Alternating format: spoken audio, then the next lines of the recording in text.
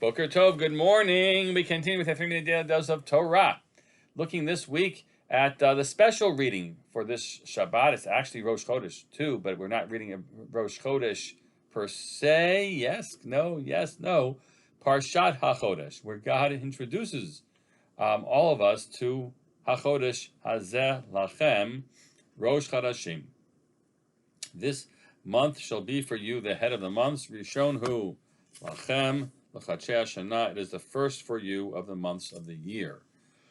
Rashi quotes the teaching of the sages, and we've in the past also noted the hyper-literal and hyper-literal. I'm not sure if that'd be the way to say it in this case. That hazeh always means you have something. Clarify. Zeh is often used to relate to something tangible. So when you're talking, in this case, the month, Hachodesh Hazeh Lachem, the sages want to read in a very tangible way. So because otherwise it's just conceptual. A month is a month, but no, the month is created by the Chidush Hayareach, the renewal of the moon, and so the God pointed to the moon in its chidush. It's pointed out in Rashi. How could that be that they did so? Doesn't God appear to Moshe throughout these stories in the daytime? He doesn't do nighttime appearances to Moshe. So how could he point to the moon? And so the answer is Samuch Lishkia Tachama Nemar Lo Parsha Zo. He spoke to him just near sunset, and then and then he could show him with the darkening the type of moon that he meant.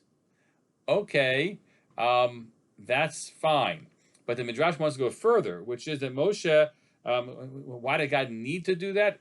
After all, people know the moon waxes and wanes, and then waxes again. But there are details to note about what is considered to be the new moon, and when it's sufficient enough that you declare a new moon. That nitkashe Moshe al molad halavana be'ezo shiur tera'eh. Moshe was struggling around the question of the molad, the renewal of the moon, at what measure it could be seen. V'tiyeh ru'iyah l'kadesh should be sufficient to sanctify the month.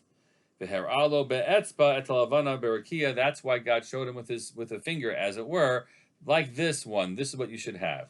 I'm not going to enter all the details of the challenge here, but we should know that when witnesses were necessary to establish the month, it was always a situation in which the Beit Din, the court in Jerusalem, would grill somebody. Did you see this? Did you see that? Tell me. And they described it. Rabbi Gamliel excuse me, had drawings, and those challenges of having certain drawings. You're not supposed to have drawings of the sun and the moon, but for the purposes here of ensuring that the month would be properly identified, the newness of the month. So it was something that had to be exact and exacting, and that, we're told, began already at the first moment, the first establishment of the month back in Egypt itself. I hope we can feel the newness that will come the end of this week with the new month of Nisan. Have a great day.